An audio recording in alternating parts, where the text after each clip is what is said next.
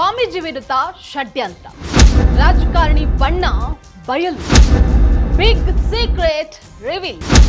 ಪಂಚಮಸಾಲಿ ಸ್ವಾಮೀಜಿ ಮೇಲಿನ ಆರೋಪಗಳೆಲ್ಲ ಸುಳ್ಳೇ ಸುಳ್ಳು. ಪ್ರಭಾವಿ ರಾಜಕಾರಣಿಯ ಪ್ರತಿಷ್ಠೆಗೆ ಪೀಠದ ಗೌರವ ಮಣ್ಣು ಪಾಲಾಯ್ತಾ? ಸ್ವಾಮೀಜಿ ಕೇಸಿನ ಇಂಚಿಂಚು ಮಾಹಿತಿಯ ಇನ್ಸೈಡ್ ರಿಪೋರ್ಟ್.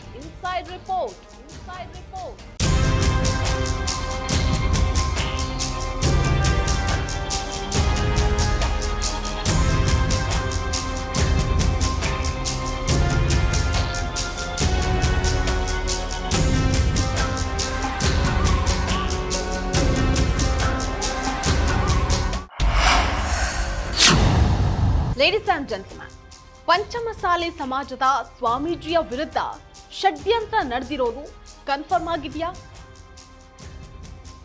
ಅಷ್ಟಕ್ಕೂ ಸ್ವಾಮೀಜಿಯ ಮರ್ಯಾದೆ ಹಾಳು ಮಾಡೋದಕ್ಕೆ ಆ ರಾಜಕಾರಣಿ ಪಣ ತೊಟ್ಟಿದ್ದಾದ್ರೂ ಯಾಕೆ? ಸ್ವಾಮೀಜಿಯ ವಿರುದ್ಧ ನಡೆದಿರುವಂತಹ ಹೀನ ಕೃತ್ಯಗಳ ಬಗ್ಗೆ inside details. Welcome to Vantage with Nischitha.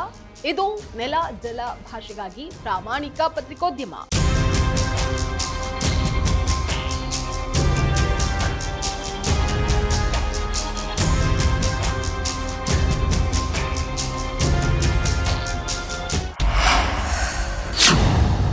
ಈ ಸ್ವಾಮೀಜಿ ಅಖಂಡ ವೀರಶೈವ ಲಿಂಗಾಯತ ಸಮಾಜದ ಉಪ ಸಮಾಜವಾದ ಪಂಚಮಸಾಲಿ ಸಮಾಜದವರು.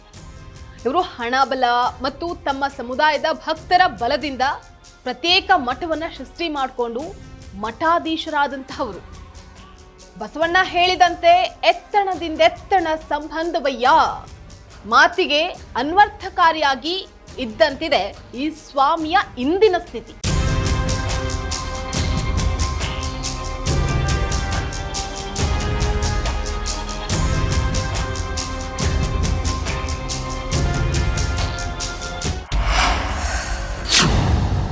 ಪಂಚಮಸಾಲಿ 2A ಮೀಸಲಾತಿ ಹೋರಾಟದ ಮುಂಚೂಣಿಯಲ್ಲಿರುವಂತಹ ಕೂಡಲ ಸಂಗಮ ಪೀಠದ ಶ್ರೀ ಬಸವಜಯ ಮೃತ್ಯುಂಜಯ ಸ್ವಾಮೀಜಿಗಳ ಸುತ್ತ ಈಗ ವಿವಾದವೊಂದು ಸುತ್ತಕೊಂಡಿದೆ.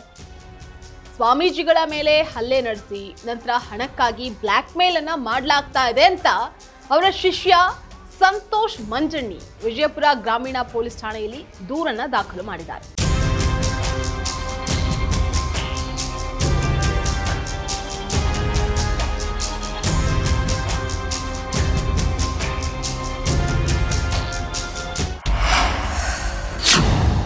ಕಳೆದ ಫೆಬ್ರವರಿ 11ರಂದು ವಿಜಯಪುರ ತಾಲೂಕಿನ ಕಗ್ಗೋಡ ಬಳಿ ಸ್ವಾಮೀಜಿಗಳು ಕಾರ್ನಲ್ಲಿ ತೆರಳುತ್ತಾ ಇದ್ದಂತಹ ಸಂದರ್ಭದಲ್ಲಿ ತ್ರಿವೇಣಿ ಅನ್ನುವಂತಹ ಮಹಿಳೆ ಮತ್ತು ಇತರರು ಕಾರನ್ನ ತಡೆದು ಹಲ್ಲೆ ನಡೆಸಿದ್ರು ಅಂತ ಹೇಳಲಾಗಿದೆ. ಆಗ ಭಕ್ತರು ಮಧ್ಯಪ್ರವೇಶ ಮಾಡಿ ಪರಿಸ್ಥಿತಿಯನ್ನ ತಿಳಿಗೊಳಿಸಿದ್ರು. ಆದ್ರೆ ಈ ಘಟನೆಯ ನಂತರ ಮಹಿಳೆಯು ಸಾಮಾಜಿಕ ಜಾಲತಾಣಗಳಲ್ಲಿ ಸ್ವಾಮೀಜಿಗಳ ವಿರುದ್ಧ ಅಪಪ್ರಚಾರವನ್ನ ಆರಂಭಿಸಿ ರಾಜ್ಕುಮಾರ್ ಅನ್ನುವಂಥವರ ಮೂಲಕ 3 ಕೋಟಿ ರೂಪಾಯಿ ಹಣಕ್ಕಾಗಿ ಬೇಡಿಕೆ ಇಟ್ಟಿದ್ದಾರೆ ಅಂತ ಆರೋಪ ಮಾಡಲಾಗಿದೆ. ಸ್ವಾಮೀಜಿಗಳು ಅವತ್ತು ವಿಜಯಪುರಕ್ಕೆ ನಮ್ಮ ಮುಂಜಾನೆ ಗಲ್ಲಿಗೆ ಅವ್ರು ಪಾದ ಪೂಜೆಗೆ ಬಂದಿದ್ರು. ಪಾದ ಪೂಜೆ ಮುಗಿಸ್ಕೊಂಡು ಸಿಂದಗಿ ಕಡೆ ಹೋಗೋ ಟೈಮ್ದಲ್ಲಿ ಕಗ್ಗೋಡ ಹತ್ರ ಬೆಂಗಳೂರಿನಿಂದ ಬಂದಂಥ 1-2 ಕಾರಲ್ಲಿ ಬಂದಂಥವ್ರು 3-4 ಜನ ಒಬ್ಬ ಲೇಡೀಸ್ ಅವ್ರ ಕಾರು ಅಡ್ಡಗಟ್ಟಿ ಸ್ವಲ್ಪ ಹಲ್ಲೆ ಮಾಡೋಕೆ ನೋಡಿದ್ರು. ಕಾರಿಗೆ ಗುದ್ದಿ ಗ್ಲಾಸ್ ಕಡೆ ಗುದ್ದಿ ಆವಾಜ್ ಮಾಡಕತ್ತರು. ಅಲ್ಲಿದ್ದಂಥ ಗ್ರಾಮಸ್ಥರು ಹಾಗೂ ಹಿಂಬದಿ ಇದ್ದಂಥ ಪೊಲೀಸ್ ಸಿಬ್ಬಂದಿ ಬೆಂಗಾಲ್ ವಾಹನ ಬಂದಲ್ಲಿ ಅಂತ ಪರಿಸ್ಥಿತಿ ತಿಳಿಗೊಳಿಸಿದೆ. ಅದಾದ 15 ದಿವಸಗಳ ನಂತರ ಸಾಮಾಜಿಕ ಜಾಲತಾಣ ಒಳಗೆ ಇವು ಫೇಕ್ ನ್ಯೂಸ್ ಇರ್ತಾವಲ್ರಿ, ಯೂಟ್ಯೂಬ್ ಚಾನೆಲ್ಗಳು, ಅದರೊಳಗೆ ಏನೈತಿ ತೇಜೋವಧನೆ ಮಾಡೋಕೆ ಸ್ಟಾರ್ಟ್ ಮಾಡಿದ್ರು ಅವರು.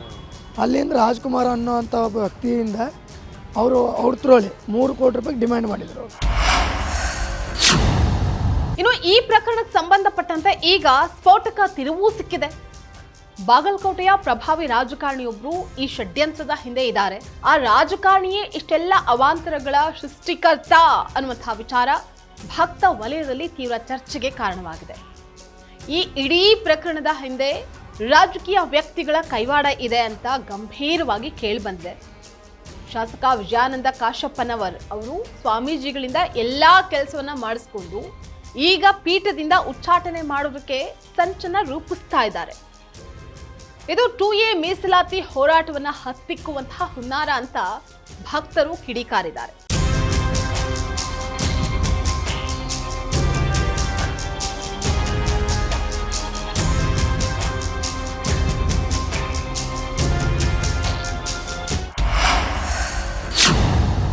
ಒಟ್ನಲ್ಲಿ ತಮ್ಮ ಸ್ವಹಿತಾಸಕ್ತಿ ರಾಜಕೀಯ ಲಾಭಕ್ಕೋಸ್ಕರ ಮಠದ ಪಾವಿತ್ರ್ಯತೆಗೆ ಧಕ್ಕೆಯನ್ನು ತರುವುದು ಎಷ್ಟು ಮಟ್ಟಿಗೆ ಸರಿ ಅನ್ನುವಂತಹ ಪ್ರಶ್ನೆ ಈಗ ಎದುರಾಗಿದೆ. ಈ ಕೇಸ್ನಲ್ಲಿ ಯಾರ ತಪ್ಪಿದ್ರೂ ಕೂಡ ಅವರಿಗೆ ಶಿಕ್ಷೆ ಆಗಲೇಬೇಕಾಗಿದೆ. ಅದು ಸ್ವಾಮೀಜಿ ಆದ್ರೂ ಸರಿ ಅಥವಾ ಷಡ್ಯಂತ್ರ ರೂಪಿಸಿದವರಾದ್ರೂ ಸರಿ. ಇದಾಗಿತ್ತು ವಾಂಟೇಜ್ ವಿತ್ ನಿಶ್ಚಿತ. ಎಕ್ಸ್ಕ್ಲೂಸಿವ್ ರಾಜಕೀಯ ಸುದ್ದಿಗಳು ಮತ್ತು ವಿಶ್ಲೇಷಣೆಗಾಗಿ ನೋಡ್ತಾ ಇರಿ.